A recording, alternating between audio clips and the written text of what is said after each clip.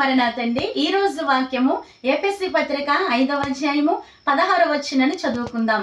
అందుచేత నిద్రించుచున్న నీవు మేలుకొని మృతుల్లో నుండి లెమ్ము, క్రీస్తు మహిమ నీ మీద ప్రకాశించునని వాక్యం తెలియజేస్తా ఉందండి.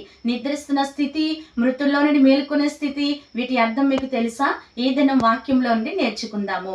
నిద్రిస్తున్న స్థితి అంటే పాప స్థితిలో ఒకవేళ నిద్రిస్తున్నారేమో, అలాగునైతే ఈ దినమే మేలుకోండి. సంసోను పాపస్థితిలో ఉండి ఏం పోగొట్టుకున్నాడంట? దైవాత్మను కోల్పోయాడు. ఇంకా మనం చూస్తా ఉంటే లోక తాపత్రయం అనే స్థితి నుండి, పాపము నుండి, రోత వంటి పాత అలవాట్ల నుండి, దుష్ట సహవాసము నుండి, ఆచార సహిత భక్తి నుండి మనం ఎప్పుడు లేస్తామో అప్పుడే దేవుని మహిమ మన మీద ప్రకాశిస్తూ ఉంటుందండి. లేవడానికి ఇష్టపడకపోతే తేజల్లే ప్రసక్తి ఎంత మాత్రం కూడా లేదు. కనుక నేటి దినాలు ఎటువంటివి అంటే మేలుకొని తేజరిల్లే దినాలు. కనుక ఈ వాక్యం వినుచున్నవారు ప్రతి ఒక్కరు కూడా మీ ఆత్మీయ స్థితిని సరిచేసుకొని దేవుని కొరకు తేజరిల్లే ధన్యత ఈ వాక్యం ద్వారా ప్రభు మీ ఎల్లరికూ దయచేయును గాక. ఆమేన్.